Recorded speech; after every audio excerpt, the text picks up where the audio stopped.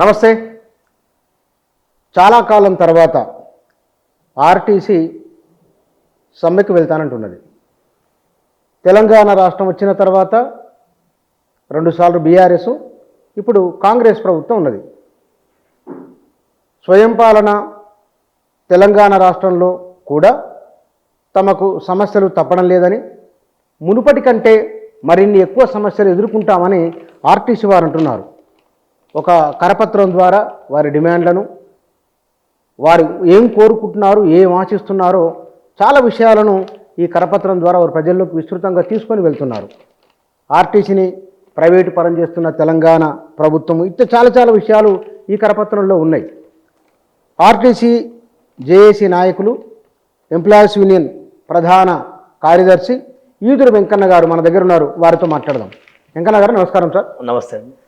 నేను ఈ పాంప్లెట్ నేను మొత్తం చదివినా. నేను ఇక్కడ మీరు తెలంగాణ రాష్ట్రం ఏర్పడిన తర్వాత ఆర్టీసీ కార్మికుల జీవితాల్లో ఒక మార్పు ఉంటుందని ఒక చర్చ ఉన్నది అప్పట్లో. నిజంగానే ఈ 11 ఏళ్ల కాలంలో ఆర్టీసీ కార్మికుల జీవితాల్లో వచ్చిన అనుకూలమైన మార్పులు ఏమీ లేవా?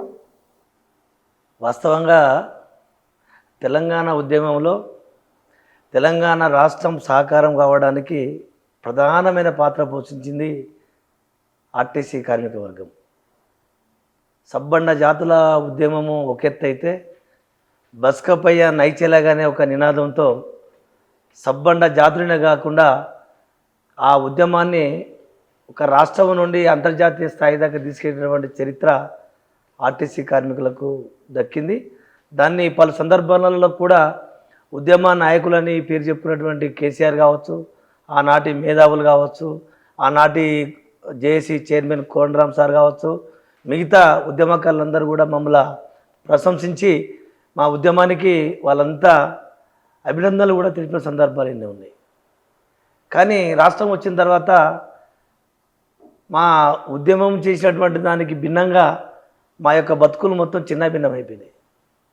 రాష్ట్రం వస్తే మా బతుకులు మారుతాయి అనుకున్నాం, మాకు ఉద్యోగ అవకాశాలు ఎక్కువ వస్తాయి అనుకున్నాము, మాకు జీతాలు బాగా పెరుగుతాయి అనుకున్నాము, మా జీవన విధానమే స్టైల్ మారుతుంది అనుకున్నాము, మా నిధులు, మా నియామకాలు, మా యొక్క బాగోగులు మొత్తం, మా యొక్క సంక్షేమం మంచి ఒక ఉన్నతమైన స్థాయిలో ఉంటుంది అనుకొని భావించే ఆ రోజు మేము తెగించి కొట్లాడడం జరిగింది.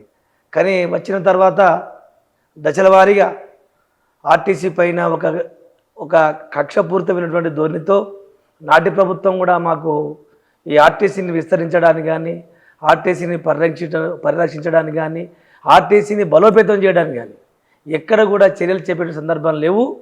ఆంధ్ర పాలకులు ఏవైతే పెట్టిపోయిన ఆస్తులు, ఆంధ్ర పాలకులు ఉంచిపోయినటువంటి బస్సులు ఏవైతే ఉన్నాయో అవే ఈ తెలంగాణ ప్రభుత్వం 10 సంవత్సరాల కాలం పాటు ఉన్నంత వరకు కూడా అవే బస్సులతోనే కొనసాగించాల్సిన పరిస్థితి ఏర్పడ్డది. ఒక కొత్త బస్సు కొనుగోలు లేదు, ఒక కొత్త రిక్రూట్మెంట్ లేదు. ఇంతవరకు ఉన్న వాళ్ళ మీద ఇంతవరకు కూడా ఈ ప్రభుత్వం వచ్చి, కాంగ్రెస్ ప్రభుత్వం వచ్చి ఇప్పుడు సంవత్సరాల కాలం అవుతున్నా కూడా 2014 నుంచి మొదలు పెడితే ఈ రోజు వరకు కూడా 16,500 మంది పదవి విరమణ పొందారు ఈ రాష్ట్రంలో, ఈ ఆర్టీసీలో. ఇంతవరకు వారి స్థానంలో ఏ ఒక్క నోటిఫికేషన్ కూడా విడుదల చేయలేదు. విడుదల చేసి ఉంటే ఒక్కటి చూపెట్టమని చెప్పండి, నేను బహిరంగ సవాల్ విసురుతున్నా మీ ద్వారా. కానీ ఈ 16,500 మంది పదవి విరమణ చేసిన తర్వాత కూడా కిలోమీటర్ల సంఖ్య తగ్గిందంటే రాష్ట్ర వ్యాప్తంగా ప్రతిరోజుకు 33 లక్షల కిలోమీటర్లు మేము నడుపుతున్నాం. 33 లక్షల కిలోమీటర్లు పర్ డే. కానీ ఈరోజు ఆ రోజుకు 33 లక్షల బదులు 35 లక్షల కిలోమీటర్లు. ఇంతమంది తగ్గినా, ఇంతమంది ఉద్యోగాలు లేకపోయినా, బస్సుల సంఖ్య తగ్గినా, సిబ్బంది మంది తగ్గినా, ఇంకా రోజుకు కిలోమీటర్ల సంఖ్య పెంచుతారు. అంటే వర్కర్ల మీద విపరీతమైనటువంటి పని భారం, కిలోమీటర్లు పెంచి వారిని ఒక కట్టు బానిసలుగా గురి చేసి ఈరోజు బ్రిటిషు కాలంలో ఉన్నటువంటి ఏదైతే పని గంటలకు ఇష్టమున్న పని గంటలు పెట్టి వర్కర్ల చేత వెట్టి చాకిరి, గుడ్డి చాకిరి చేయించారో సేమ్ అదే ఈరోజు ఆర్టీసీలో పునరావృతం అవుతుంది. దానివలన కార్మికులంతా ఈరోజు పనిభారాలు మోయలేక ఆత్మహత్యలు చేసుకుంటున్నారు.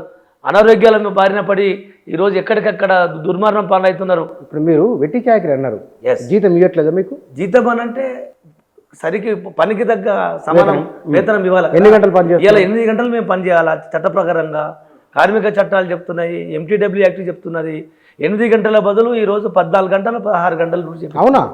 16 గంటలు డ్యూటీ చేయించుకొని ఈరోజు ఇలా 16 గంటలు డ్యూటీ చెప్పుకొని నామమాత్రంగా 1 గంట 2 గంటలు ఓటీ ఒక ఆశ చూపెట్టి అదనపు 5 గంటలు శ్రమ దోపిడీ చేస్తూ ఉన్నారు. మరి ఇది మా శ్రమను దోసుకోవడం వల్ల దీనివలన అనారోగ్యాలు గురయ్యారా కార్మికులు? ఎక్కువ పని గంటలు చేయించుకొని తక్కువ పారితోషికం ఇవ్వడం అనేది ఏ చట్టంలో ఉన్నది? కేవలం ఆర్టీసీలో ఉన్నది. ఇలా డబల్ డ్యూటీల పేరు మీద కేవలం డబల్ డ్యూటీకి డబల్ వేజెస్ అనే చట్టం ఉన్నది. ఆ చట్టాన్ని తుంగలోకి తొక్కి ఈరోజు ఏదో కుక్కకు పొక్కేసినట్టుగా డ్రైవర్లకు 1000 రూపాయలు, కండక్టర్లకు 750 చొప్పున 8 గంటలు పనిచేస్తే 1000 రూపాయల చొప్పున కట్టిస్తున్నారు. 8 గంటలకు 1000 రూపాయలు, 8 గంటలకు 750 రూపాయలు, కండక్టర్లకు 750, డ్రైవర్లకు 1000 రూపాయలు. అదే డబల్ డ్యూటీకి డబల్ వేజెస్ చట్టాన్ని అమలు చేస్తే ఇలా ఆ 1000 రూపాయల బదులు ఒక్కొక్క డ్రైవర్కు 5000 రూపాయలు వస్తాయి. 8 గంటలు పనిచేస్తే 5000 రూపాయలకు ఒక్కొక్కరికి వస్తుంది. అదే కండక్టర్లకు 4000 చిల్లర వచ్చే అవకాశం ఉంటుంది. ఈ విధంగా శ్రమ దోపిడీ చేస్తూ మాకు ఇచ్చేటువంటి దానికి ప్రతిఫలం ఇవ్వడానికి కూడా ఈ యాజమాన్యము మమ్మల్ని ఈ విధంగా ఇబ్బందులు పెడుతుంది. కానీ ఇక్కడ నేను ఈ మధ్య సోషల్ మీడియాలో అక్కడక్కడ కొన్ని మీ కండక్టర్లు, డ్రైవర్లు, ఆర్టీసీ వాళ్ళు మాట్లాడే మాటలు, వారి ఆవేదన కొన్ని వీడియోలు వచ్చింది. యాజమాన్యంతో సఖ్యత ఉందా లేదా కార్మికులకు యాజమాన్యానికి? అసలు యాజమాన్యంతో సంఖ్యగా 2019 కంటే ముందు యూనియన్లు మనవడలో ఉన్నప్పుడు సంఖ్యత ఉండేది. కార్మికులకు ఏమైనా సమస్యలు వస్తే ఆ సంబంధిత డిపో నాయకులు కావచ్చు, జిల్లా నాయకులు కావచ్చు, అటు జిల్లా అధికారుల దగ్గర, డిపో అధికారుల దగ్గర పోయి మాట్లాడి సామరస్యంగా పరిష్కరించుకొని అక్కడికక్కడే ఆ సమస్యలు పరిష్కరించుకునే వాళ్ళం. దానికి ఒక స్నేహపూర్వకమైన వాతావరణంలో కలిసి పోయేవాళ్ళం.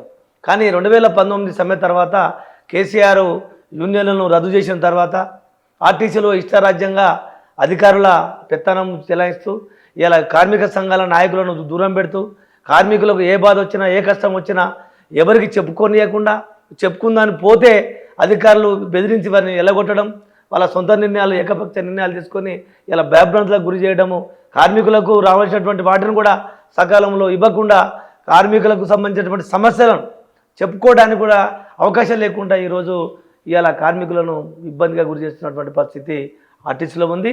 ఇలా ఆర్టీసీ కార్మికులకు అధికారులకు ఎలాంటి సత్సంబంధాలు లేవు.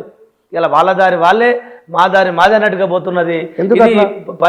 ఇది ఒక పారిశ్రామిక సంస్థలో, ఒక ఆర్టీసీ ఇంత పెద్ద ఇండస్ట్రీలో ఇలాంటి పారిశ్రామిక వివాదాల చట్టానికి విరుద్ధంగా ఈరోజు ఆర్టీసీ యాజమాన్య ప్రభుత్వాలు పనిచేస్తున్నాయి. అందుకోసమనే మేము యూనియన్లను అనుమతించండి, యూనియన్లకు గుర్తింపు సంఘం ఎన్నికలు పెట్టండి, తర్వాత దాని ద్వారా కార్మిక సమస్యలు సామరస్యంగా పరిష్కరించుకోవడానికి అవకాశం ఉంటుందని చెప్తున్నాము.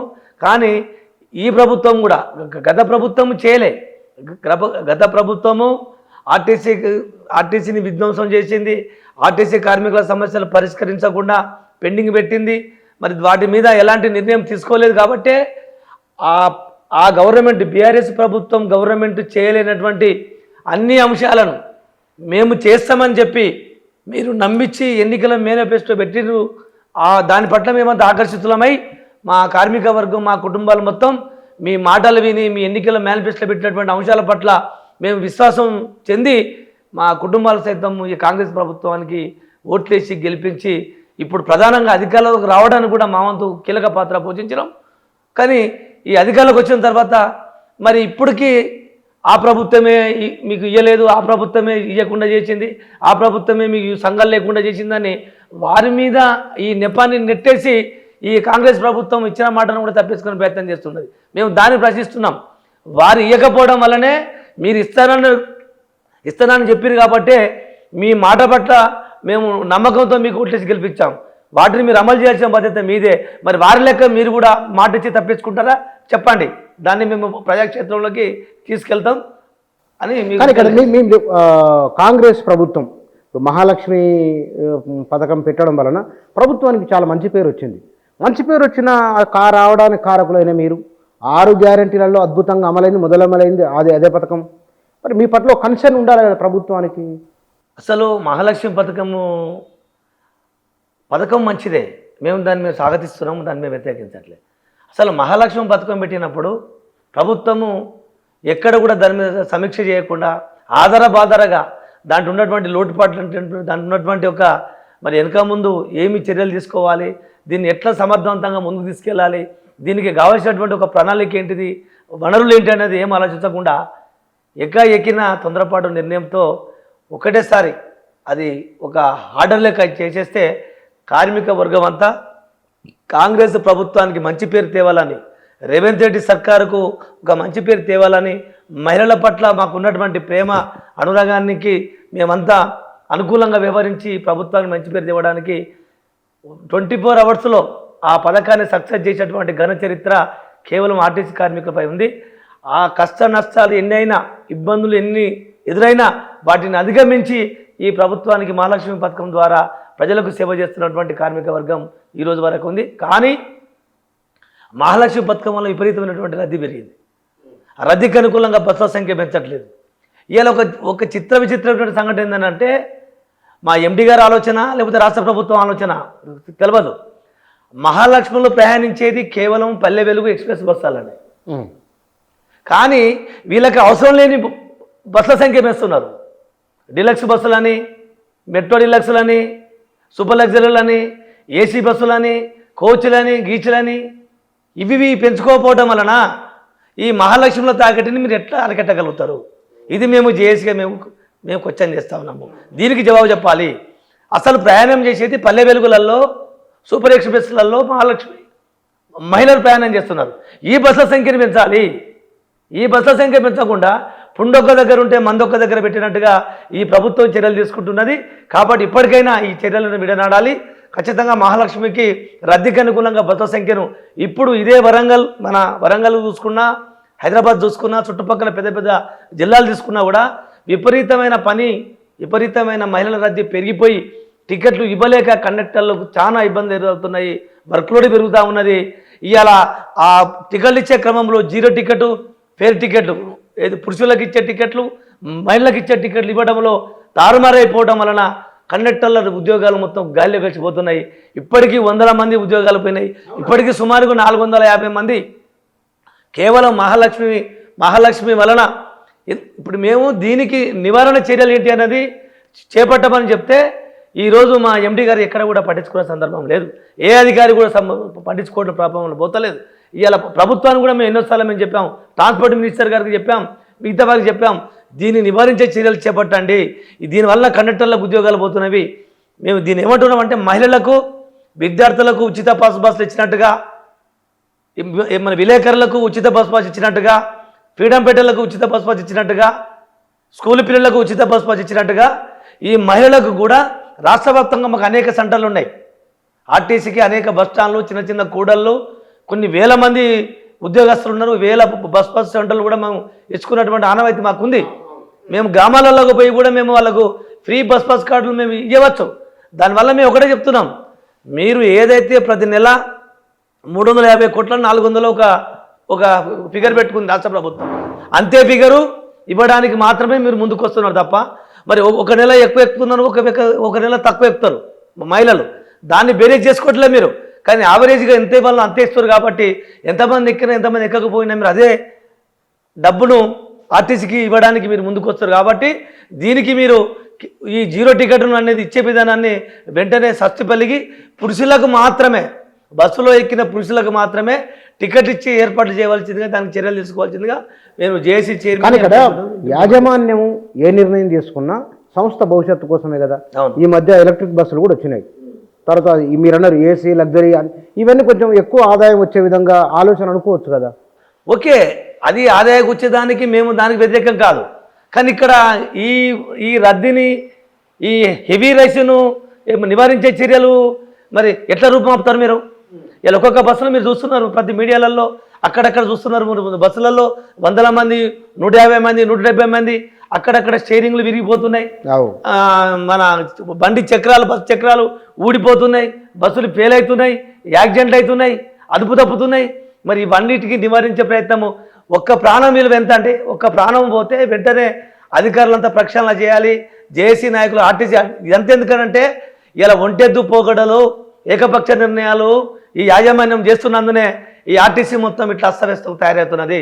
అదే మేము రన్నింగ్లో ఉన్నాం, మేము ట్రాఫిక్లో ఉన్నాము, మేము నిత్యము ప్రజల మధ్య ఉండి ఉద్యోగాలు చేసుకుంటున్నాం. నేను ఐజీఎన్ కండక్టర్గా ఉద్యోగం చేస్తున్నా. మరి మాకు మేము లైన్లో పడేటువంటి ఇబ్బందులు సాధక పథకాలు మాకు తెలుస్తాయి. మరి ఏసీల దగ్గర కూర్చొని ఫ్యాన్ల కింద కూర్చొని అధికారులు అక్కడ లెక్కలు వేసి ఏ విధంగా చెప్పగలుగుతారు? ప్రజలు పడే బాధలు కావచ్చు, మేము పడే బాధలు కావచ్చు, ఇలా వాటిని నివారించే చర్యలు చేపట్టమంటున్నాం. లేకపోతే ఇంకొక సూచన కూడా చేస్తున్నాం. ఇలా మహిళా ప్యాసింజర్లకు సపరేట్ బటన్ ఏ విధంగా అయితే పెట్టారో అవును, పురుషులకు కూడా సపరేట్ బటన్ పెట్టవలసిందిగా మేము డిమాండ్ చేస్తున్నాం. ఎమ్ అంటే పురుషులు, మగవాళ్ళు. మేల్ ఆ ఎమ్ము కొడితేనే మగవాళ్ళ టికెట్ రావాలి. ఆ సాఫ్ట్వేర్ చేంజ్ చేయండి. ఇది మీకు సాధ్యం కాకపోతే ఇదైనా చేయండి. ఎల్లు అనేది లేడీ ప్యాసింజర్స్కు ఎల్లు బటన్ అని, ఎం బటన్ అని వేర్వేరు బటన్లు పెట్టండి. ఏ బటన్ పెడితే ఏ బటన్ నొక్కితే ఆ బటన్ టికెటే రావాలి. ఎమ్ము కొడితే ఎమ్ము టికెటే రావాలి పురుషుడు, ఎల్లు కొడితే లేడీ టికెట్ రావాలి. ఆ విధంగా సాఫ్ట్వేర్ చేంజ్ చేయండి. ఇలా కార్మికుల ఉద్యోగాల జీవితాలతో ఎందుకు ఆడుకుంటున్నారు? ఈ యజమాని మహాలక్ష్మి పథకం తీసుకొచ్చింది ఈ ప్రభుత్వం కండక్టర్ల పొట్టలు కొట్టడానికా, దేనికని చెప్పేసి మేము దీని మీద సీరియస్గా ఈ ప్రభుత్వం ఆలోచన చేసి ముందుకు పోవాల్సిందిగా మా సూచన సలహాలు పట్టించుకోవాల్సింది మేము విజ్ఞప్తి చేస్తాం. ఈ ఎలక్ట్రిక్ బస్సుల మీద దాని మీద కొంత ఈ మధ్య ఎక్కువ చర్చ జరుగుతున్నది. ఏమిటి వివాదం? ఇలా ప్రభుత్వము ఇలా కన్నా గమ్మత్తైనటువంటి ప్రభుత్వం మనకు కాంగ్రెస్ ప్రభుత్వము ఇలా కుక్కను నక్క అని చెప్పే ప్రయత్నము, నక్కను కుక్క అని చెప్పే ప్రయత్నం, గాడిదను గుర్రం అని చెప్పే ప్రయత్నం చేస్తున్నది, గుర్రాన్ని గాడిద అని చెప్పే ప్రయత్నం చేస్తున్నది. ఇది సరైన విధానం కాదు. అంటే ఈ ప్రైవేట్ ఎలక్ట్రిక్ బస్సులని ఆర్టీసీ బస్సుల లెక్క చిత్రీకరించి చెప్తున్నారు. ఇది ఎక్కడి మరి విధానమో మాకు అర్థం కావట్లేదు. పిచ్చోళం చేస్తున్నది. అటు సమాజాన్ని, ప్రజలను, ఇటు ఆర్టీసీ కార్మికులను, ఇటు తెలంగాణ సమాజాన్ని ఇవాళ దీన్ని ఏమంటారంటే అబద్ధాల ప్రచారంతో జరిగేది ఒకటైతే, జరుగుతున్నది ఒకటైతే, బయటకు చెప్పేది ఇంకో విధంగా చెప్పడం అనేది దుర్మార్గమైనటువంటి చర్యగా మేము భావిస్తున్నాం. వాస్తవంగా ఈ ప్రైవేట్ ఎలక్ట్రిక్ బస్సులకు ఆర్టీసీకి సంబంధం లేదు. ఆ ఓనరు ఆర్టీసీకి చెందిన ఇతను కాదు, దాంట్లో పనిచేసే డ్రైవరు ఆర్టీసీకి చెందిన ఇతను కాదు, దాన్ని పనిచేసే టెక్నీషియన్స్ ఆర్టీసీ వారు కాదు. దాని మీద పనిచేసే ఒక బస్సుకు 5 పనిచేస్తున్నారు ఎలక్ట్రిక్ బస్సుల మీద. ఆ 5 జేబిఎం సంస్థ, ఒలెక్ట్రో సంస్థ, మెగా కృష్ణారెడ్డి అపాయింట్ చేసుకున్నటువంటి ఉద్యోగులు వాళ్ళు. ఇది ఆర్టీసీ ఉద్యోగులు నియమించినటువంటి ఉద్యోగాలు కావవి. ఇలా ఆర్టీసీకి ఆ బస్సులకు సంబంధం లేదు. అవి ప్రైవేటు వ్యక్తుల చేత నడపబడుతున్నటువంటి బస్సులు. వాటినే ప్రభుత్వ బస్సుల లెక్క మంత్రులు పోటీపడి రిబ్బన్లు కట్ చేసి వాటిని ప్రారంభోత్సవం చేస్తున్నారంటే ఇదంతా ప్రజలను పక్కదారి పెట్టించి దీన్ని ఇవే ఆర్టీసీ బస్సులు, మేమే ప్రభుత్వమే కొనిచ్చింది బస్సులు, ఇవి ఆర్టీసీ బస్సులే ప్రభుత్వ బస్సులే అనే విధంగా నమ్మించే ప్రయత్నము ఈ ప్రభుత్వం చేస్తున్న దానికి మేము విచారం వ్యక్తం చేస్తున్నాం. ఇది సరైన చర్య కాదు. ఇది ఇంకెన్ని రోజులు ఈ భ్రమల నుంచి, ఈ ప్రజల నుంచి మీరు చేయలేరు. దీన్ని తిప్పికొట్టడానికే మేము చేసి సమ్మె నోటీస్ ఇచ్చినాం. ఇది ఆల్రెడీ ప్రజలకు చేరింది, సమాజానికి చేరింది. ఈ నినాదం ప్రైవేట్ ఎలక్ట్రిక్ బస్సుల చేత రోజుకొక డిపో చొప్పున మూసివేస్తున్నారు. ఇలా ఆ ఎలక్ట్రిక్ బస్సులకు ఛార్జింగ్ పేరు మీద ఒక్కొక్క బస్సుకు 2.5 గంటలు ఆన్ డ్యూటీ డ్రైవర్ కండక్టర్లను వెయిటింగ్ చేపిస్తున్నారు ఆన్ డ్యూటీలో. సపోజు ఒక డ్యూటీ పొద్దుగాల 5 గంటలకు ఎక్కి సాయంత్రం 6 గంటలకు దిగాలండి. ఆ 6 గంటలకు దిగే బదులు ఛార్జింగ్ పేరు మీద మధ్యాహ్నం 4 గంటలు 5 గంటలు పోతే ఛార్జింగ్ అయిపోయిన తర్వాత మళ్ళా వీళ్ళు తీసుకుపోయి అక్కడ ఛార్జింగ్ పెట్టి ఆ ఛార్జింగ్ ఎక్కించేంత వరకు ఆ డ్రైవర్ కండక్టర్లను అక్కడనే పక్క కూర్చోబెడుతున్నారు. ఇది దుర్మార్గమైన చర్య. ఆ 2.5-3 గంటలకు మరి ఆ డ్యూటీ అవర్స్ కింద మీరు ఎందుకు లెక్క కట్టిస్తలేరు? ఆ డ్యూటీ అవర్స్ కింద ఇవ్వాలి కదా. ఆ 3 గంటలు వాళ్ళను కూర్చోబెట్టి ఆ 3 గంటలను కూడా డ్యూటీ అవర్స్ కింద ఇవ్వకుండా వాళ్ళకు 14 గంటలు 6 గంటలు వాళ్ళతో డ్యూటీ చేపిస్తున్నారు. ఇది ఎక్కడ న్యాయం? ఎలక్ట్రిక్ బస్సుల పేరుతో ఇది కూడా ఇక్కడ సముద్రపడి జరుగుతున్నది. దీన్ని కూడా మీరు నివారించే ప్రయత్నం చేయాలి. దానికి ఆల్టర్నేట్గా ఒక బస్సు ఎలక్ట్రిక్ బస్సు ఛార్జింగ్ అయిపోతే వెంటనే అదే టైంకి ఇంకొక బస్సు ఎలక్ట్రిక్ బస్సును ఛార్జింగ్ పెట్టేటువంటి బస్సును తీసుకొచ్చి అదే టైంలో పెట్టి దానితో సర్వీస్ చేయించుకోవాలి తప్ప ఛార్జింగ్ మొత్తం పెట్టుకొని ఫుల్ ఛార్జ్ అయ్యే వరకు 3 గంటల సేపటి దాకా వెయిటింగ్ పెట్టడం అనేది వెంటనే మానుకోవాలని చెప్పేసి మేము అడుగుతా ఉన్నాం. కానీ అదేవిధంగా ఇంకొకటి, ఈ ప్రైవేట్ ఎలక్ట్రిక్ బస్సుల వలన ఈ పనిచేసే ఉద్యోగులు బస్సుకు ఒక 5 చొప్పున ఎక్సెస్ గురైతే మిగిలిపోతారు. అవునా ఎట్లా? ప్రైవేట్ వాళ్ళు వస్తారు కదా అంతా. ఆహాహా. ఈ బస్సుల కింద ఈ యొక్క సర్వీసుల కింద ఆ బస్సులు వచ్చినప్పుడు ఈ సర్వీసుల కింద పనిచేసే డెవలప్ కండక్టర్లు ఎక్సెస్ అవుతారు కదా, మిగులుతారు కదా. ఒక బస్సుకు 5 వేరే ప్రైవేట్ వ్యక్తులు వచ్చినప్పుడు ఆ బస్సు సర్వీసు ఈ బస్సు కింద మారినప్పుడు ఈ బస్సు కింద ఇప్పుడు ప్రస్తుతం పనిచేస్తున్న 5 ఎడిపోవాలి, ఎక్సెస్ గురవుతారు, మిగులు గురవుతారు. ఆర్టీసీ బస్సుల కింద ఆర్టీసీ బస్సులు రద్దయిపోతాయి. అంటే ఒక డ్రైవర్, ఒక కండక్టరు, ఒక డ్రైవరు, ఒక కండక్టరు, ఒక మెకానిక్, ఒక హెల్పరు, ఒక సూపర్వైజర్. ఒక్క బస్సు మీద ఒక్క బస్సు మీద 6 ఉంటారండి. యాక్చువల్గా రేషియో ప్రకారంగా చూసుకుంటే ఇప్పుడు తగ్గించారు వీళ్ళు. ఒక బస్సుకు గతంలో 6 ఉండరు, ఇప్పుడు దాన్ని 5 చేశారు. అలాగే ఈ ప్రైవేటు ఎలక్ట్రిక్ బస్సులను వాళ్ళ కింద నియమించుకునే ఉద్యోగస్తులు ఎవరండి? ఆ యాజమాన్యం నియమించుకుంటుంది. అంటే ఎవరికి నచ్చిన వాళ్ళని వాళ్ళు పెట్టుకుంటారు తప్ప దామాషా అంటే రోస్టర్ ఆఫ్ రిజర్వేషన్ ప్రకారంగా బడుగు బలహీన వర్గాలకు దామాషా పద్ధతిగా వచ్చేటటువంటి ఉద్యోగ అవకాశాలు కూడా కోల్పోయే ప్రమాదం ఉంది. ఇది కేవలం ప్రైవేటు పెట్టుబడిదారి వర్గాల చేతిలో మాత్రమే ఆ నియామక అధికారాలు ఉంటాయి. కాబట్టి వాళ్లకు నచ్చిన వాళ్ళ కొడుకుకో, అల్లునికో, బిడ్డకో, బామర్దికో, ఇష్టం వచ్చిన వాళ్ళకో, వారికి నచ్చిన వాళ్ళకు పెట్టుకున్నటువంటి పరిస్థితి దాపరించింది. ఈరోజు కొత్త ఉద్యోగాలు కూడా కోల్పోయే పరిస్థితి ఏర్పడుతుంది. ఎందుకు అనంటే ఒక బస్సు ఆర్టీసీ బస్సు వస్తే ఈరోజు దాంట్లో బడుగు బలహీన వర్గాలకు చెందినటువంటి వాళ్ళు ఒక 5 ఉద్యోగ అవకాశాలు పెరుగుతాయి. ఈ ప్రైవేటు బస్సులు రావడం వలన ఉద్యోగ అవకాశాలు బడుగు బలహీన వర్గాల వాళ్ళు కోల్పోతారు. రోస్టర్ ఆఫ్ రిజర్వేషన్ మొత్తం నాశనం అయిపోతుంది. అదేవిధంగా ఈరోజు ఆర్టీసీ మొత్తం టోటల్గా కుదించబడుతుంది. ఆర్టీసీ మొత్తం ప్రైవేటు వ్యక్తుల గుప్పిట్లోకి వెళ్ళిపోతుంది.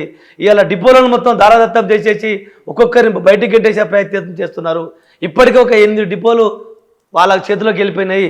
దాంట్లో number 1 Karimnagar 2 depot, Nizamabad depot, తర్వాత Hyderabad 2 depot, Warangal 2 depot, HU depot, తర్వాత నల్లగొండలో జిల్లాలోని సూర్యాపేట డిపో, రకరకాలుగా రోజుకొక డిపో చొప్పున ఈ ప్రైవేట్ ఎలక్ట్రిక్ బస్సులకు వాళ్ళకే డిపోలు మొత్తం అప్పచెప్పి ఆ డిపోలు మొత్తం కాల్ చేపించి వర్గాలను మొత్తం గెంటేసే కుట్ర. ఎందుకంత ప్రైవేటు ఇప్పుడు సంస్థ బలపడాలి, ప్రజా రవాణా బలపడాలి, కానీ ఎందుకు ఏ ఉద్దేశం ఇట్లా చేయడం? ఇది ఏ ఉద్దేశం అంటే ప్రైవేటు పెట్టుబడిదారు వర్గాలకు కొమ్ముగాయడానికి మేలు చేయడం. కాలుష్య నివారణ పేరుతో ఒక సాకు మాత్రమేనండి. కాలుష్య నివారణ పేరుతో చేస్తున్నటువంటి దానికి మేము స్వాగతిస్తున్నాం. మరి కేవలం ఆర్టీసీ బస్సులేకైనా ఈ కాలుష్య నివారణ ఎందుకు సంస్థనే కొనొచ్చు కదా బస్సులను? మేము అదే అంటున్నాం. కాలుష్య నివారణకు ఆర్టీసీకి కాదు కదా. మరి ఈ రాష్ట్రంలో 1,70,70,000 వాహనాలు ఉన్నాయి. అవును. ఈ 1,70,70,000 మరి వాహనాల కాలుష్యం అంతా ఎడిపోతుంది. మీరు ఫస్ట్ వాటిని నియంత్రించి వాటిని అదుపులో చేయండి. మాది ఉన్నది ఎంత? కేవలం ఆర్టీసీ బస్సులు ఇప్పటివరకు ఉన్నాయి 6,000 బస్సులు అండి. సొంత బస్సులు 6,000 బస్సులు మొత్తం స్టేట్ అంతా. స్టేట్ మొత్తం 6,000 బస్సులు, 6,000 బస్సులు. దానికి అద్దె బస్సులు, ప్రైవేట్ బస్సులు, హైర్ కింద తీసుకున్న బస్సులు 3,500, 4,000 బస్సులు మాత్రమే. టోటల్గా 9,500 బస్సులు మాత్రమే టోటల్గా ఉన్నాయి. ఏది ఆర్టీసీ అద్దె బస్సులు, ఆర్టీసీ సొంత బస్సులు మొత్తం కలుపుకుంటే 9,000 చిల్లర బస్సులు మాత్రమే ఉన్నవి. 1,70,00,000 ఎక్కడ, 9,000 చిల్లర బస్సులు ఎక్కడ? మీరు ఫస్ట్ వాటిని అరికట్టండి. లారీలను అదుపు చేయండి. వేరే 2 వీలర్స్ ఉన్నాయి, తర్వాత 4 వీలర్స్ ఉన్నాయి, 6 వీలర్స్ ఉన్నాయి, 10 వీలర్స్ ఉన్నాయి, ఇవన్నీ ఉన్నాయి. ఈ రోడ్ల మీద విపరీతమైనటువంటి కాలుష్యం. ఇలా నగరంలో చూసుకుంటే ప్రైవేటు వాహనాలు ఎన్ని, ఆర్టీసీ వాహనాలు ఎన్ని? దీన్ని ఎందుకు మీరు చూస్తలేరు? అయినా ఈ ఆర్టీసీకి మేము కాలుష్య నివారణ దానికి ఎలక్ట్రిక్ బస్సులు మేము వ్యతిరేకం కాదు. ఆ ప్రైవేటు సంస్థలకు ఇచ్చేటువంటి సబ్సిడీ 30 లక్షలు 40 లక్షలు ఇస్తున్నది కేంద్ర ప్రభుత్వం. ఈ రాష్ట్ర ప్రభుత్వం కొట్లాడి అదే సబ్సిడీ ఆర్టీసీకి ఇప్పించి ఆర్టీసీ ద్వారా బస్సులు కొనిపెడితే మరి ఆర్టీసీ కూడా విస్తరిస్తే ప్రజలకు ఉపయోగపడుతుంది కదా. మేము కూడా దాన్ని స్వాగతిస్తాం. మా ఉద్యోగాలు కూడా గ్యారెంటీ ఉంటుంది. ఇంకా ఉద్యోగ ఉపాధి అవకాశాలు పెరుగుతాయి. గతంలోనండి ఎన్నడూ లేని విధంగా చెప్తున్నాం కదా. ఇవాళ అద్దె బస్సులు ఉన్నాయండి. ఇవాళ అద్దె బస్సు డ్రైవర్ కండక్టర్లకు కూడా వాళ్ళకి గ్యారెంటీ లేదు. వాళ్ళు ఇప్పుడు 20 ఏళ్ళ కానించి అద్దె బస్సుల మీద ఉద్యోగం చేస్తున్నారు. 25 సంవత్సరాల కాంచి ఇలా ప్రైవేటు అద్దె బస్సు డ్రైవర్కును ఆర్టీసీ సంస్థలో పనిచేస్తున్న డ్రైవర్కు ఏం తేడా లేదు. ఆయనకు అదే బస్సు వెళ్తున్నాడు, ఈయనకు అదే బస్సు వెళ్తున్నాడు. మరి అటువంటిప్పుడు మరి ఈయనకు వేరు ఆయనకు వేరుకి ఎందుకు రూల్ ఉండాలి? దానికి కూడా మేము డిమాండ్ చేస్తున్నాము. అద్దె బస్సు డ్రైవర్లను, అద్దె బస్సులను కూడా జాతీయం చేసుకోవాలి. గతంలో ఎన్టీ రామారావు కనుక 1987లో ఆర్టీసీ కింద ప్రైవేటు బస్సులను, ప్రైవేటు ఆ ఉద్యోగస్తులను వాటి కింద పనిచేసే సిబ్బందిని ఏ విధంగా విలీనం చేసుకున్నారో వారిని కూడా ఈ ఆర్టీసీ సంస్థలోకి జాతీయం చేసుకోవాలని చెప్పేసి కూడా మేము ఈ రాష్ట్ర ప్రభుత్వాన్ని ఆర్టీసీ మీద డిమాండ్ చేస్తాం. కానీ ఇక్కడ మీరు సమ్మె ఆర్టీసీ ఈ అంశాలు ఈ సమస్యలు మీరు ప్రభుత్వం ముందు పెడుతూ సమ్మెకి వెళ్తున్నారా? అవునండి. ప్రభుత్వం మీరు నోటీస్ ఇచ్చిందా? ఇచ్చాం. ఏం స్పందన వచ్చింది అక్కడ నుంచి? ఇంతవరకు మేము జనవరి 27వ తారీఖు నాడు సమ్మె నోటీస్ ఇచ్చామండి. అంటే సమ్మె నోటీసు ఏకదమ్మని ఇవ్వలే. మేము ఈ ప్రభుత్వానికి ఒక సంవత్సరం చిల్లర, ఒక సంవత్సరం 12-13 నెలలు సమయం ఇచ్చిన తర్వాత వివిధ రూపాలలో మా యొక్క నిరసనలు తెలియజేశాము. బ్లాక్ బ్యాడ్జీలు పెట్టాము, సామూహిక నిరాదీక్ష ఇంద్రపార్క్ దగ్గర చేశాము, తర్వాత జిల్లా కలెక్టర్లకు అందరికీ వినతి పత్రం ఇచ్చాము, తర్వాత చలో బస్ భవన్ కార్యక్రమం పెట్టాము, 3-4 సార్లు రవాణా శాఖ మంత్రిని కలిశాము. స్వయంగా ముఖ్యమంత్రి గారిని కూడా మా CPI party MLA Koonaneni Sambasivarao గారు వారి నివాసంలో, ముఖ్యమంత్రి గారి నివాసంలో కార్మిక సంఘాల అన్ని ట్రేడ్ యూనియన్స్ కార్మిక శాఖలకు సంబంధించినటువంటి వాళ్ళందరితో సమావేశం పెట్టాడు ఒక 6 నెలల క్రితం. పెడితే నేను కూడా ఆ సమావేశానికి అటెండ్ కావడం జరిగింది. ముఖ్యమంత్రి గారి సమక్షంలో కూడా నేను డైరెక్ట్గా ఆర్టీసీ కార్మిక సమస్యలు మొత్తం మరి వివరించడం జరిగింది. వారు కూడా సానుభూతితో దానికి సానుకూలంగా స్పందించి వెంటనే ముఖ్యమంత్రి గారి గౌరవ ఎమ్మెల్యే గారి సమక్షంలో, అంతమంది ట్రేడ్ యూనియన్ నాయకుల సమక్షంలో నేను ఒకటే ఈ సమస్యలను చెప్పుకుంటూ, యూనియన్లు ఈ లేకపోవడం వలన కార్మికులలో వాళ్ళ సమస్యలు చెప్పుకోవడానికి దిక్కు లేదు, చాలామంది ఆత్మహత్యలు చేసుకుంటున్నారు సార్, చావులకు కారణాలు అవుతున్నారు అని అంటే వెంటనే ముఖ్యమంత్రి గారు స్పందించి యూనియన్లు ఉండాల్సిందే, ఖచ్చితంగా దుఃఖం వచ్చినా బాధ వచ్చినా ఎవరు చెప్పుకుంటారని వారే స్వయంగా అని యూనియన్లను అనుమతిస్తామని చెప్పి ఇప్పటికీ 6 నెలలు అవుతుంది. ఒక గౌరవ శాసనసభ్యుని సమక్షంలో, అంతమంది ట్రేడ్ యూనియన్ నాయకుల సమక్షంలో చెప్పి కూడా ఒక ముఖ్యమంత్రి గారి ఈ మాటకు కూడా మరి అమలు చేయకపోతే మరి మేము ఇంకేం చేయాలి చెప్పండి? ఎవరి దగ్గర పోవాలి? మేము రకరకాలుగా బదిలాడాము, విజ్ఞప్తి చేశాము. మరి ఇంకొక పక్క ముఖ్యమంత్రి గారు అంటున్నారు, మీరు ఎలాంటి ఉద్యమాలు చేయకండి, నిరసనలు చేయకండి, నేరుగా వచ్చి కలవండి, మీ సమస్యలు పరిష్కరిస్తారని చెప్పేసి గౌరవ ముఖ్యమంత్రి గారే మరి అంటున్నారు కదా. మాకు కూడా ముఖ్యమంత్రి గారే విశ్వాసం ఉంది, నమ్మకం ఉంది, అపారమైనటువంటి అభిమానం కూడా ఉంది. ఎందుకంటే వారు ముఖ్యమంత్రి కావాలని, ఆ ప్రభుత్వం రావాలని, ఈ ప్రభుత్వంకి వ్యతిరేకంగా మేము పనిచేసి కాంగ్రెస్ ప్రభుత్వం వస్తే మా బతుకులు మారుతాయి, మాకు ఒక మంచి అదవుతుందని చెప్పేసి మేము ఈ ప్రభుత్వానికి కృతజ్ఞతగా ఎప్పటికీ ఉండాలనే ఉద్దేశం మీదనే కాంగ్రెస్ ప్రభుత్వానికి మేము సపోర్ట్ చేసినాం. కానీ మరి మమ్మల్ని ఎందుకు దూరం పెట్టుకుంటున్నారు ఈ ముఖ్యమంత్రి కావచ్చు, ఈ కాంగ్రెస్ ప్రభుత్వం? మేము చేసిన తప్పేంటి, మేము చేసినటువంటి నేరం ఏంటి? ఇలా దీనికి ఒక్కటే కారణం అని మేము వస్తున్నాం. మాకు ఆర్టీసీలో భూలోకంలో లేవండి. మేము ఇప్పుడు ప్రస్తుతానికి ఆర్టీసీలో మేము భూలోకంలో లేము, మేము యమలోకంలో ఉన్నాం. ఇప్పుడున్నటువంటి మేనేజింగ్ డైరెక్టర్ గారు మా సమస్యల పట్ల ఎవరు చెప్పుకుందామని కూడా మాకు అవకాశం ఇవ్వట్లేదు, సమస్య పరిష్కారాన్ని కూడా చొరవ చూపెట్టలేదు. కాబట్టే ఈరోజు మేము యమలోకంలో ఉన్నట్టుగా భావిస్తున్నాం. ఆ యమలోకంలో ఏ విధమైన శిక్షలు ఉంటాయో ఆ యమలోకంలో శిక్షలే ఇప్పుడు మా ఆర్టీసీ కార్మికులు భూలోకంలో అవలంబిస్తున్నారు, వాటిని భరిస్తున్నారు. ఎక్కువ చెప్తున్నట్టుంది. ఎక్కువ ఏం లేదు, మీరు ఎక్కువ అంటే యమలోకం అంటున్నారు ఒకసారి, అంతా అన్ని కష్టాలు, అంతా అధికారం అండి. ఇప్పుడు చూడండి, ఇప్పుడు ఇలా లీవ్ ఇస్తే శవం పక్కన ఫోటో తీసి లీవ్ అడిగితేనే లీవ్ ఇస్తున్నారు. ఎవరైనా బంధువులు చనిపోతే లీవ్ అడిగితే శవం పక్కన ఫోటో తీసి సెల్ఫీ తీసి మాకు పంపితే అప్పుడు సెలవు శాంక్షన్ చేస్తామంటే ఇక ఇంతకంటే ఎగ్జాంపుల్ ఏం కావాలండి? ఇలా కండక్టర్లకు, డ్రైవర్లకు విపరీతమైనటువంటి ఆరోగ్యాలు మొత్తం నాశనం అవుతున్నాయి. ఇదే ఎండి గారు ఏమంటారు, ఈ ఆరోగ్యాల మీద గ్రీన్ హెల్త్ ఛాలెంజ్ అని పెడుతున్నాడు. మీరు అసలు కార్మికులకు విశ్రాంతి లేకుండా ఎక్కువ కిలోమీటర్లు పెంచేసి 16 గంటలు 18 గంటలు వారితో డ్యూటీ చేయించుకుంటూ చట్టవ్యతిరేకంగా డ్యూటీలు చేసుకుంటా వాళ్ళకు ఉద్యోగాలు, మన ఆరోగ్యాలు ఖరాబ్ అయ్యే విధంగా వాళ్ళకు వాటితో ఉద్యోగాలు డ్యూటీ చేపిస్తూ మరి వాళ్ళ ఆరోగ్యాలు బాగుండాలంటే ఎట్లా సాధ్యపడుతుందండి? కనీసం రెస్ట్ ఉండాలి కదా వాళ్ళకు. చట్ట ప్రకారంగా 9 గంటలకు 9 గంటల రెస్ట్ ఉండాలి డ్యూటీకి మధ్యన. ఎక్కడుందండి? లేదు. 3 గంటలు కూడా రెస్ట్ ఉండలేదు. ఇలా ఈ కర్నూలు డ్యూటీ ఉందండి, హైదరాబాద్ బండిపోలో ఒక సర్వీస్ తీసుకుంటే కర్నూలు డ్యూటీ ఉంటుంది, అది కేవలం 45 మినిట్స్ మాత్రమే రెస్ట్. ఆ డ్రైవర్ కండక్టర్లు ఎక్కడ పండుకోవాలి? వాళ్ళు విపరీతమైనటువంటి రెస్ట్ లేకుండా ఈ విధంగా ఉండడం వల్లనే ఈరోజు అనారోగ్యాల బారిన పడి ఇలా కార్మికులంతా ఇలా ఇబ్బంది పడుతున్నారు. మాకు ఒక పక్క ఎండి గారే చెప్తున్నారు లాభాలు వస్తున్నాయని చెప్పేసి. ఆ లాభాలు వచ్చినప్పుడు మరి మాకు జీతాలు ఎందుకు ఇస్తలేడు? ఇప్పటివరకు జీతాలు ఎందుకు ఇవ్వలేదు అంటున్నా. ఈ రోజు వరకు అందరికి జీతాలు పడలే. ఈ రోజు వరకు కూడా మాకు రావాల్సినటువంటి బెనిఫిట్స్ ఎందుకు ఇస్తలేరు? మాకు సిసిఎస్ నుండి, పిఎఫ్ నుండి, మా సొంత జీతాల నుంచి రికవరీ చేసిన డబ్బులు 2,600 కోట్ల రూపాయలు ఈ యాజమాన్యం వాడుకుంది. మరి అవి తిరిగి ఎందుకు చెల్లిస్తలేరు మాకు? మా డబ్బులు మీరు ఎట్లా వాడుకుంటారు? ఆర్టీసీ కార్మికుల డబ్బుతోనే ఇప్పుడు కార్పొరేషన్ నడుస్తున్నది. ఇలా యాజమాన్యం ఇంకొకటి నేను అడుగుతున్నాము, నువ్వు ఇంటికి పెద్ద అన్నప్పుడు అప్పు చేస్తావా సప్పు చేస్తావా మాకు అవసరం లేదు. మాకు ఇవ్వాల్సినటువంటి వాటిని నువ్వు ఖచ్చితంగా మీరు ఇచ్చి తీరాల్సిందే కదా. మరి 2021 మాకు ఏం వేతన సవరణ రావాలా? ఇప్పటివరకు 4 years దాటిపోయింది, ఎందుకు చేస్తలేరు మీరు? 2021 వేతన సవరణ ఇంతవరకు చేయలే. ఇప్పుడు 2025 వేతన సవరణ, మరొకటి వేతన సవరణ టైం వచ్చింది. ఈ 2 వేతన సవరణలు ఎవరు ఇవ్వాలి? ఎందుకు ఇవ్వరు? ఇవ్వాలి కదా. ఇలా 2017లో పిఆర్సీ నామమాత్రంగా అమలు చేసి దానికి సంబంధించినటువంటి ఏరియాల్స్ కూడా ఇంతవరకు ఇవ్వలే. దానికి అలవెన్సులు 2017 నుంచి రావాల్సిన అలవెన్సులు కూడా ఇవ్వలే. ఎంత దోపిడీ అండి! ఆర్థిక దోపిడీ, శ్రమ దోపిడీ. మరి మేము ఇప్పుడు ఏ లోకంలో ఉన్నట్టు మీరే చెప్పండి. ఇప్పుడు మేము ఏ లోకం? ఆర్థిక దోపిడీ జరుగుతున్నది మా మీద, శ్రమ దోపిడీ జరుగుతున్నది. మాకు ప్రశాంతత లేదు, మాకు మనశ్శాంతి లేదు. మోయలేని పని భారాలను మోసుకుంటూ ఈ ఆర్టీసీలో పనిచేస్తుంటే మేము భూలోకంలో ఉన్నామా యమలోకంలో ఉన్నా మాకే అర్థం కావట్లేదు. అది మీరే చెప్పాలి దయచేసి. కాబట్టి ఈ విషయాన్ని మీరు గవర్నమెంట్ తీసుకెళ్ళినామండి. తీసుకుపెడితే ఏమున్నది? ఎలాంటి ప్రయోజనం లేదు, ఎవరి నుంచి కూడా స్పందన లేదు. ఇలాంటి ఎన్నోసార్లు మొత్తుకొని చెప్పినాం కాబట్టి వినకపోవడం వల్లనే ఈరోజు సమ్మె బాట పట్టడానికి మరి కారకులు వాళ్ళే అయ్యారు తప్ప మాకు సమ్మె ఇవ్వాలని లేదు. ఎప్పటి నుంచి సమ్మె చేయాలి? మేము మే 7వ తారీఖు నుంచి సమ్మె చేద్దామని చెప్పేసి ప్రకటన చేసుకున్నాం. ఈ లోపల సామరస్యంగా ప్రభుత్వం, ముఖ్యమంత్రి గారే, మాకు ఎవరి మీద ఆశలు లేవు, మాకు ముఖ్యమంత్రి గారి మీదనే ఆశ ఉంది, వారి మీదనే మాకు విశ్వాసం ఉంది.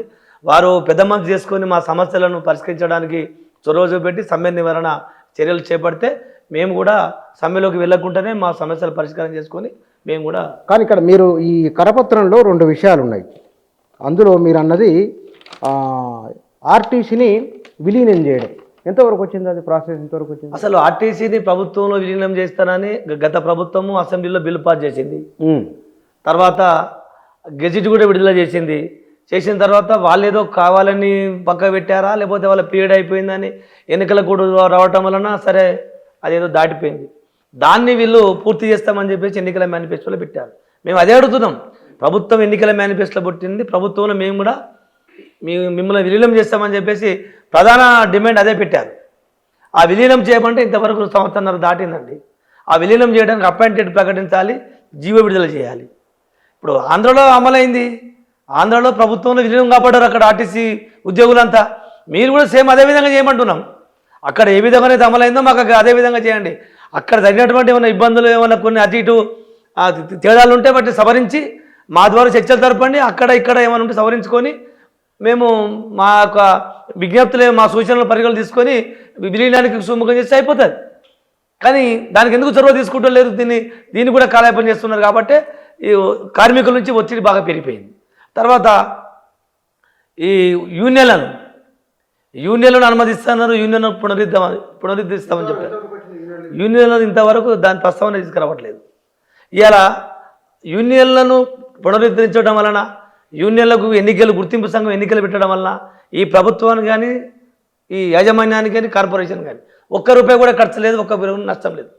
మరి దీనికి కూడా ఎందుకు వెనకాడుతున్నారు? అంటే గత ప్రభుత్వ విధానాలనే మరి మాట ఇచ్చి తప్పించుకునే ప్రయత్నం చేస్తున్నారా? అందుకోసమనే మేము విసిగి వేశారి ఈరోజు సమ్మె బాట పట్టడానికి ఇవన్నీ కారణాలు. మేము సమ్మెకు పోవడానికి ప్రభుత్వం ఇచ్చిన హామీలు అమలు చేయడంలో జాప్యం చేస్తున్నందునే వాటిని వేగవంతం చేసి తొందరగా మా సమస్యల పరిష్కారం చేయించుకోవడానికే మేము ఈ సమ్మె ఆలోచన చేయడం జరిగింది తప్ప మాకు ఒకవేళ ప్రభుత్వ వేగంగా స్పందించి వెంటనే సామరస్యంగా ఈ సమస్యలు వారు ఇచ్చిన సమస్యలే, వారు పెట్టినటువంటి సమస్యలే, అవి కాక మాకు సమస్య పరిష్కారం చేస్తే మేము కూడా సమ్మెకు పోవాలనే ఉద్దేశంలో మాకు లేదు. మేము డ్రాప్ అవుతాం. కానీ ఇక్కడ ఒకప్పుడు ఆర్టీసీ సమ్మె అంటే రాష్ట్రం మొత్తం స్తంభించేది. అంటే ఆనాడున్న రవాణా వ్యవస్థలో కీలకమైంది ఆర్టీసీ. ఇవాళ ప్రైవేట్ రవాణా పెరిగింది. బస్సు కోసం ధర్నాలు, రాస్తారోకలు చేసే రోజులు లేవు. బహుశా అట్లా ఉంటే ప్రభుత్వం కొంత వెనకడి చేసేది కావచ్చునో ఏమో. ఈ సందర్భంలో మీ సమ్మెను ప్రభుత్వం అంత సీరియస్గా తీసుకుంటుందని మీరు అనుకుంటున్నారా? ఇవాళ ఎంత ప్రైవేట్ వెహికల్స్ ఉన్నా మీరు గతంలో 2019లో చూశారు ప్రజలు ఎంత ఇబ్బంది పడ్డారు రాష్ట్రంలో. అప్పుడు రాష్ట్రం లేదండి, 2019లో కూడా 53 రోజుల సమ్మెప్పుడు కూడా ప్రజలు విపరీతమైనటువంటి ఇబ్బందులు పడ్డారు. 50 రూపాయల టికెట్ను 200 రూపాయలు పెట్టుకొని ప్రైవేటు వాహనాలు దోపిడీ చేసినాయి ప్రజలను. చాలా ఇబ్బందులు ఎదుర్కొన్నారు. ప్రజల నుంచి కూడా వ్యతిరేకత వచ్చింది, ప్రజల మద్దతు కూడా ఉంది. ఇలా మేమేమంటున్నామంటే ఇది మా కోసం జరిగే ఉద్యమం కాదు.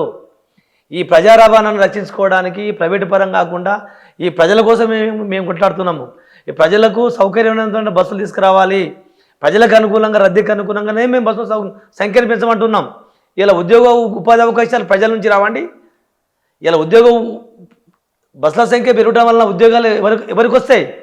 ప్రజలలో ఉన్నటువంటి వాళ్ళ కొడుకులకు, బిడ్డలకు, మాలాంటి కుటుంబాలే కాదు అందరికీ వర్తిస్తాయి కదా. కొన్ని వేల కుటుంబాలకు తెలంగాణ సమాజంలో ఉన్నటువంటి బడుగుబడిన వర్గాల అందరికీ వర్తిస్తాయి. కాబట్టి మేము వాళ్ళ కోసం కూడా మేము ఆలోచిస్తున్నాం. అదేవిధంగా ఈ సంస్థ మీద ఆధారపడి చిన్న తరగతి కుటుంబం కావచ్చు, పేదలు కావచ్చు, రైతులు కావచ్చు, కూలీలు కావచ్చు, మధ్యతరగతి కావచ్చు, ఈ ప్రజా రవాణా దూరం అయితే మొట్టమొదటిగా దెబ్బ పడేది వాళ్ళ మీదనే పడుతుంది. వాళ్ళు రెక్కలు నమ్ముకున్నటువంటి కష్టజీవులకు ఈ కార్పొరేట్ సంస్థ బస్సులు కావచ్చు, ఏసీ బస్సులలో కావచ్చు ఎక్కువ ధరలు పెట్టి ప్రయాణించేటువంటి పరిస్థితి వాళ్ళకు ఉండదు. కాబట్టి వాళ్ళకు తీవ్రమైనటువంటి ఇబ్బందులు, నష్టం జరుగుతుంది. కాబట్టి మేము వాళ్ళ ఆర్థిక విధానం, వాళ్ళ ఆర్థిక పరిస్థితి దృష్టి కూడా ఈ ప్రజా రవాణా ఉంటేనే అలాంటి పేద వర్గాలకు ఇది పనిచేస్తుంది అని చెప్పేసి మేము వాళ్ళ గురించి కూడా మేము అడుగుతా ఉన్నాం. అదేవిధంగా ఈ సంస్థ ఎప్పుడు ప్రతిసారి లాభాలు నష్టాలు అనేది దాని మీదనే బేరీజ్ చేసుకుంటున్నారు తప్ప ఇది ఒక సేవా రంగం కింద గుర్తించట్లేదు ఈ సమాజం. ప్రభుత్వాలు కావచ్చు, మేధావులు కావచ్చు, ప్రతి ఒక్కరు కావచ్చు, ఇది ఒక సేవా రంగంగా గుర్తించాలని చెప్పేసి మేము డిమాండ్ చేస్తూ ఉన్నాం. ఇది మాకు రవాణా ఇది ఎందుకనంటే గతంలో డాక్టర్ బిఆర్ అంబేద్కర్ రాజ్యాంగంలో రాసినటువంటి కొన్ని సౌకర్యాలలో ప్రజలకు ప్రభుత్వాలు కల్పించేటువంటి సౌకర్యాలలో నెంబర్ 1 విద్య, వైద్యం, రవాణా. నిజాం ట్రాన్స్పోర్ట్ కార్పొరేషన్ కూడా రజాకాల సమయంలో నిజాం నవాబు కూడా ఇది ఒక ప్రధాన ట్రాన్స్పోర్ట్ రంగం ఉండాలనే ఉద్దేశం మీదనే అప్పుడు నిజాం ట్రాన్స్పోర్ట్ రంగం అనేది ప్రవేశపెట్టిండు. దాన్నే ఈరోజు ఆర్టీసీలో అమలవుతున్నది. కాబట్టి ఇది ఒక ప్రధాన సేవా రంగంగానే గుర్తించాలి తప్ప ఇది ఆదాయ రంగంగా గుర్తించొద్దని చెప్పేసి నేను మీ ద్వారా ఈ ప్రభుత్వాన్ని లాభ నష్టాలు అంచనా లేదు. ఇప్పుడు ఇంకొకటి అంటే ఇలా పోలీసు రంగం ఉంది, రక్షణ రంగం ఉంది. రక్షణ రంగం వలన ఈ ప్రభుత్వానికి వచ్చే ఆదాయం ఎంత, లాభం ఎంత? వ్యవసాయ రంగం ఉంది, ఈ యొక్క వ్యవసాయ రంగం వల్ల ప్రభుత్వానికి ఎంత ఆదాయం వస్తున్నది? విద్యారంగం ఉన్నది, విద్యారంగానికి లాభం ఎంత వస్తున్నది ప్రభుత్వానికి? ఇప్పుడు వైద్య రంగం ఉన్నది, వైద్య రంగం మీద ప్రభుత్వానికి ఆదాయం ఎంత వస్తున్నది? అంటే ఆదాయము రాకున్నా కూడా మరి వాటికి అన్ని డిపార్ట్మెంట్లతో సమానంగా బడ్జెట్లో కేటాయింపులు కేటాయించి విద్యారంగానికి, వైద్య రంగానికి, వ్యవసాయ రంగానికి, ఇతర రంగాలకు కేటాయించినట్టుగా మరి ఆర్టీసీ రంగానికి ఎందుకు మీరు సేవారంగంగా గుర్తించి దీన్ని కూడా ప్రజా రవాణా సంస్థ కింద గుర్తించి దీనికి బడ్జెట్ కేటాయింపులలో ఎందుకు మీరు సరైన విధంగా ఇవ్వట్లేదు అనేది మేము అడుగుతున్నాము. ఇది ప్రజా రవాణా సంస్థ శివరంగంగా మాత్రమే గుర్తించాలి. ఇది ఒక పబ్లిక్ సెక్టార్, దీని లాభ నష్టాలకు సంబంధం లేదు. పబ్లిక్ సెక్టార్లన్నీ నష్టాలతోనే నడుస్తాయి, దీన్ని ప్రభుత్వాలు ఆదుకోవాలి. అంతేందుకండి ఇప్పుడు ఎలక్ట్రిసిటీ 85,000 కోట్ల రూపాయల నష్టంలో ఉన్నది. మరి దానికి ఎందుకు పెట్టుబడి పెడుతున్నారు మీరు? మరి వాళ్ళకి ఎందుకు జీతాలు వేస్తున్నారు? ఇలా వాళ్ళకు మాకు జీతాలు పోసుకుంటే ఎలక్ట్రిసిటీ రంగానికి వాళ్ళకు నాది ఇప్పుడు 33 సంవత్సరాల సర్వీస్ నాది ఆర్టీసీలో. 33 సంవత్సరాల సర్వీస్ ఆర్టీసీలో నేను అప్పటికే. ఈ 33 సంవత్సరాల నాతో పాటు సమానంగా నా కేటగిరీలో ఉన్న ఆ క్యాండిడేట్కి అక్కడ ఎలక్ట్రిసిటీలో 2,30,000 జీతం ఉందండి. 2,30,000 జీతం ఉంది. నేను ప్రూఫ్ చేస్తాను. This is my challenge. ఇలా నా బేసిక్ ఎంత ఎందుకంటే 42,000 మాత్రమే. 42,000 బేసిక్ నాది. 33 సంవత్సరాల సర్వీసు ఆర్టీసీలో. అక్కడ నాతో పాటు పనిచేసేటువంటి వ్యక్తికి ఎలక్ట్రిసిటీ బోర్డులో కావచ్చు, సింగరేణిలో కావచ్చు, త్రిబుల్ మాకంటే త్రిబుల్ జీతాలు ఉన్నాయి వాళ్ళకు. మేము గుడ్డు కష్టం చేయట్లేదా? మేము మనుషులం కాలా? మాకేమైనా కూర్చోబెట్టి మాకేమైనా వెసులుబాటు వేరే ఉన్నాయా? మాకేమైనా నిత్యావసర వస్తువులు మాకేమైనా అగ్గోగిస్తున్నారా? మాకేమైనా 50% మాకు డిస్కౌంట్ ఇస్తున్నారా? మరి మాకెందుకు జీతాలు తక్కువ ఇస్తారండి? మేము మనుషులం కాలా వాళ్ళెక్క? ఇలా ప్రభుత్వ ఉద్యోగులకు పోల్చుకున్నా కూడా ఇప్పటికీ 28% జీతాలు మాకు తక్కువ ఉన్నాయి మాకు ప్రభుత్వ ఉద్యోగులకు. 28% తెలంగాణ ప్రభుత్వ ఉద్యోగులకు మాకు పోల్చుకుంటే 28% తక్కువ జీతాలతో మేము ఉద్యోగాలు. ఇంకొకటి అంటే భారతదేశంలో ఆర్టీసీ సంస్థలలో అతి తక్కువ జీతాలు పొందుతున్నది కూడా మన ఆర్టీసీ తెలంగాణ. మళ్ళా భారతదేశంలో అతి ఎక్కువ 10 గంటలు పనిచేసేది కూడా ఈ తెలంగాణ రాష్ట్రంలోనే. ఇక్కడ మీరు నిర్దిష్టంగా ప్రభుత్వం ముందు పెడుతున్న విషయాలు మరొకసారి చెప్పండి. మీ అప్పీల్ ఏమిటో కూడా చెప్పండి సమ్మెకి వెళ్లే ముందు. మాకేం లేదండి, ప్రభుత్వం ఇచ్చిన ఎన్నికల మేనిఫెస్టోలో పెట్టినటువంటి అంశాలనే అమలు చేయండి అంటున్నాం. ఎన్నికల మేనిఫెస్టోలో పెట్టింది ప్రభుత్వంలో విలీనం, ఆ ప్రభుత్వంలో విలీనం చేయండి. తర్వాత 2021 వేతన సవరణ చేస్తా అన్నారు, వెంటనే వేతన సవరణ ప్రకటించండి. ప్రభుత్వ ఉద్యోగులతో సమానంగా ఇస్తా అన్నారు, మాకు కూడా ప్రభుత్వ ఉద్యోగులు ఇవ్వండి. ఆర్టీసీని విస్తరిస్తారన్నారు, ఆర్టీసీని విస్తరింపజేయడానికి ఈ ప్రైవేటును రద్దు చేయండి. ఈ ప్రైవేట్ ఎలక్ట్రిక్ బస్సులను ఆర్టీసీ సొంతంగా కొనుగోలు చేసి ఆర్టీసీకి పెట్టమనండి. తర్వాత ఇప్పుడు కొత్త నియామకాలు చేపట్టండి. కొత్త నియామకాలు ఏవైతే రిక్రూట్మెంట్ లేదో నియామకాలన్నీ ఖాళీలు ఉన్నాయో ఆ ఖాళీలు మొత్తం భర్తీ చేయండి. తర్వాత కారుణ్య నియామకాలు, చనిపోయిన ఉద్యోగుల పిల్లలకి ఇచ్చేటువంటి ఉద్యోగాలు ఏవైతే ఉన్నాయో అదే ప్రభుత్వంలో రెగ్యులర్ ప్రాతిపదికన ఇస్తున్నారు. ఈ ఎండి గారు వచ్చిన తర్వాత వాళ్ళకు 3 సంవత్సరాలు కన్సల్టేట్ పే కింద వాళ్ళను ఊడిగం చేయించుకుని 3 సంవత్సరాలు రెగ్యులర్ లేకుండా కన్సల్టేట్ పే కింద ఏదో గుండుగుత్తగా నీకు 15,000 20,000 ఇస్తామని చెప్పేసి గంతే జీతం తప్ప ఏం లేదు. ఆయనకి ఎలాంటి హక్కులు ఉండవు. ఆ 3 సంవత్సరాల దాకా ఆయన అట్లా ప్రైవేటు వ్యక్తి లెక్క ఉద్యోగం చేయించుకొని 3 సంవత్సరాల తర్వాత రెగ్యులర్ చేయడం అనేది ఇది మంచి విధానం కాదు. ప్రభుత్వంలో ఎవరైనా చనిపోతే వాళ్ళ ఉద్యోగుల పిల్లలకు రెగ్యులర్ ప్రాతిపదికన ఉద్యోగం ఇస్తున్నారు. అదేవిధంగా ఇక్కడ కూడా ఇవ్వమంటున్నాం. తర్వాత ఈ అదే బస్సు డ్రైవర్లు ఈ ఆర్టీసీ డ్రైవర్లు సమాన పనికి సమానం చేస్తారు కాబట్టి వాళ్ళను ఈ ఆర్టీసీలోకి విలీనం చేసుకోమంటున్నాం, జాతీయం చేసుకోమంటున్నాము. ఎందుకంటే గౌరవ ఎండి గారు మొన్న ఏం చేసిండంటే ప్రైవేటు డ్రైవర్లను రిక్రూట్మెంట్ చేసుకున్నాడు ఒక 4 నెలల పీరియడ్కు. 60 సంవత్సరాల వరకు చేసుకోవచ్చు అంట. 60 సంవత్సరాల వయసు ఉన్న వాళ్ళు కూడా అప్లై చేసుకోవచ్చు అంట. మరి దీంట్లో కూడా 50 సంవత్సరాలు దాటిన వల్ల అదే బస్సు డ్రైవర్లుగా ఉన్నారు, వాళ్ళను కూడా దీంట్లో ఆర్టీసీలోకి చేర్చుకోవాల్సిందిగా మేము డిమాండ్ చేస్తా ఉన్నాం. మీరు టైము ఎప్పటి నుంచి సమ్మెకి వెళ్ళేది ఎప్పటి నుంచి? మే 7వ తారీఖు నుండి. మే 7. Thank you. ఆర్టీసీ ఎదుర్కొంటున్న సమస్యలు ప్రధానంగా కార్మికులు ఎందువల్ల సమ్మెకి వెళ్ళాలనుకుంటున్నారు, ఈ అన్ని అంశాలకు సంబంధించి వారి అభిప్రాయం ఇది. Thank you.